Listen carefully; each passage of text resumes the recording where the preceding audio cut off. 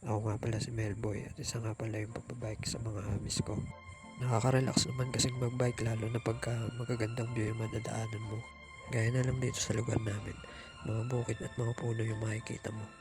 Mahilig nga din pala ako sa photography guys, pero hindi naman ako professional na photographer. Sadyang nasa-satisfy lang ako pag nakikita ko yung mga result ng mga kinukuhanan ko ng mga litrato. Kaya ngayong araw ay naisipan ko palang pagsabayin yung hobbies ko. Nandito na nga pala tayo sa spot guys kung saan nga pala tayo magpipicture.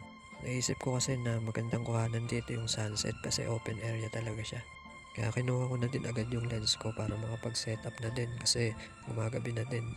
Sakto nga guys, nakakita ako ng bato. Meron akong pagtatayo ng tripod. Ito nga pala yung inaabangan ko. Sakto-sakto yung timing natin. Ito nga pala yung POV guys pag nakakabit na yung lens. Ito nga pala yung shot natin sa sunset.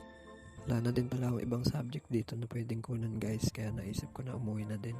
Nakabike lang din kasi ako at wala rin akong dalang ilaw ngayon. Kaya sinimulan ko na rin pumadyak pa uwi. Next time pala guys, tatry natin makakuha ng magandang shot sa full moon. At dito ko na nga pala tatapusin yung video guys.